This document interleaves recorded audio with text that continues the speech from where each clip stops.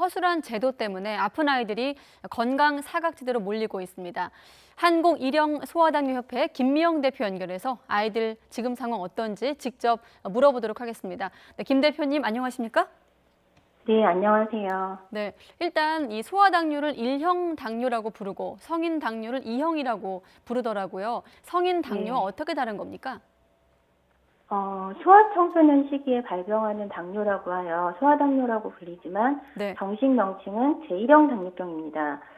보통 우리가 아는 당뇨병은 2형 당뇨, 성인 당뇨라고 보시면 되고 1형 당뇨는 자가 면역 기능에 이상이 생겨서 어느 날 갑자기 인슐린을 분비하지 못하는 질환이다 보니까 네. 생활 습관이나 유전과는 관계가 없는 자가 면역 질환입니다. 그래서 외부에서 인슐린을 주사 형태로 반드시 주입해 주어야 하기 때문에 네. 여러 가지 어려움이 생기게 되는 거죠. 일반적으로 성인 당뇨는 생활 습관이나 좀 유전과 관련이 있는 것으로 알려져 있지만 소아 당뇨는 좀 다르다. 이렇게 보면 되겠네요. 네. 네. 지금 우리나라의 환자 수는 어느 정도이고 대체로 이게 몇 살 정도에 발병을 하게 되나요?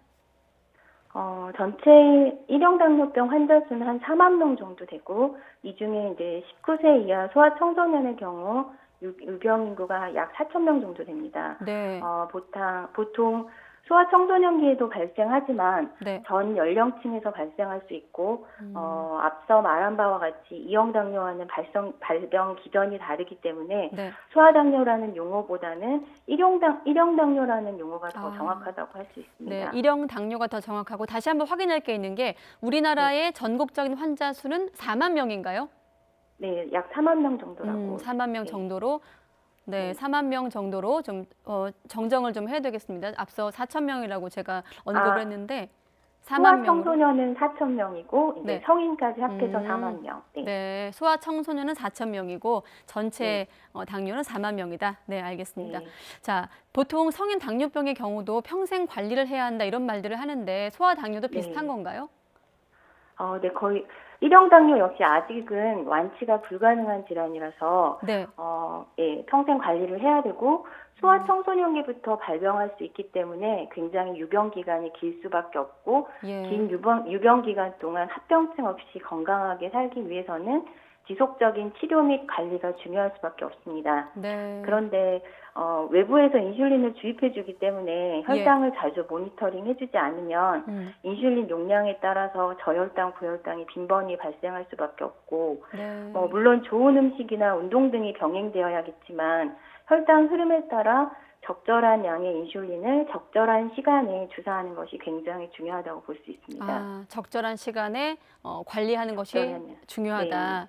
네. 네. 그러면 지금 소아당뇨 환우들이나 부모들이 가장 많이 좀 호소하는 불편함이 어떤 건가요? 앞서 말했지만 긴 유병 기간 동안 혈당 관리를 제대로 하지 못하면 이제 우리가 흔히 말하는 당뇨 합병증이 발생하지는 않을까 하는 불안감이 크고 그런 아이들의 혈당 관리를 하기 위해서는 아직까지는 온전히 부모가 그 모든 책임을 떠안아야 하는 상황이기 때문에 굉장히 이제 정서적으로나 육체적으로 힘들어 하시는 분들이 많습니다. 또 특히 학교에 가는 학생 스스로가 관리하거나 부모가 학교에 찾아가서 관리를 해주지 않으면 도움을 받을 수 없는 상황이라 그런 불안감은 더 커질 수밖에 없는 것 같습니다. 네, 바로 지금 말씀하신 그 대목 때문에 저희가 아마 인터뷰를 요청을 한 건데 어떻습니까? 지금 우리가 알고 있기로는 학교에도 보건 선생님이 계시는 것으로 알고 있는데 이분들께 좀 정식으로 아이들에게 도움을 요청할 수 있는 건 아닌 건가 봐요?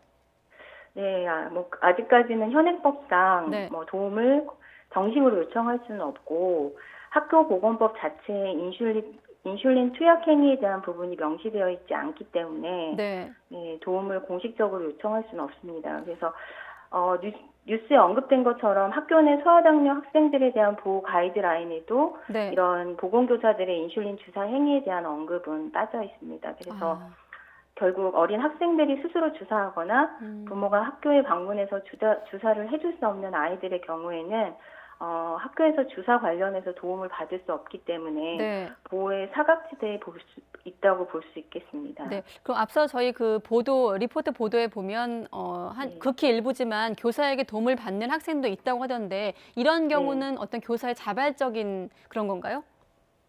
네, 선의에 의한 것들이고 이제 그런 부분에 대해서는 저희도 법적인 네. 책임 소지에 대해서 네. 묻지 않겠다라는 뭐 각서라든지 뭐 이런 네. 것들을 충분히 제공하라고 저희 환자단체에서도 가이드를 하고 있습니다. 네, 앞서 대표님께서 교육부 지침에 여전히 인슐린 주사 관련된 부분이 빠져 있어 보호의 사각지대다 이렇게 표현을 하셨는데 환자, 학생이 되겠죠. 아이들과 학부모 입장에서 가장 지금 시급하게 원하는 점이 있다면 어떤 점이 될까요? 따로 언급하지 않아도 아실 것 같은데 이제 영유아 보육법에는 투약행위에 대한 조항이 있습니다. 그러나 학교보건법에는 이와 비슷한 투약 행위에 대해서 명시하면 되지 않냐라고 간단하게 말씀하실 수도 있는데 저희 단체가 영유아 보육법의 그 투약 행위에 대한 법을 개정하고 바로 학교보건법도 개정을 하려고 2016년부터 노력해왔지만 여러 이해관계자들의 반대의 벽에 부딪혔습니다. 그래서 복지부로부터 인슐린 주사에 대한 유권 해석을 요청하고 그 내용을 학교 현장에서 이제 그 제공해서 도움을 요청하기도 했지만 현실적으로 법에 명시되어 있지 않으면 강제성이 없기 때문에 학교 내에서 주사에 대한 지원을 받는 데는 한계가 있었습니다. 사실 이런 문제는 하루 이틀의 문제가 아니고 오래전부터 있었던 일이라 이제는 구체적인 방안에 대해 논의하고 해결책이 제발 마련되었으면 하는 바람입니다. 대표님 말씀을 간단히 정리하면 이제 보건교사 선생님들 입장에선 권한이 없다. 그 선생님들이 말씀하신 권한이라는 게 유치원, 초중고교 관련 조항은 학교 보건법 대상이기 때문에 이 부분을 좀 만져야 된다. 이런 말씀으로 이해하면 되겠네요. 네, 쉽진 않겠지만 그렇게 명시가 되면 가능할 것 같습니다. 쉽진 않겠지만 말씀하신 대로 이번 기회라도 좀 다시 한번 논의를 해야 되지 않을까. 적어도 아이들이 화장실에 숨어서 주사를 놓는 일만큼은 좀 막아야 되지 않을까 이런 생각을 해봤습니다. 네, 김미영 대표였습니다. 오늘 고맙습니다. 네, 감사합니다.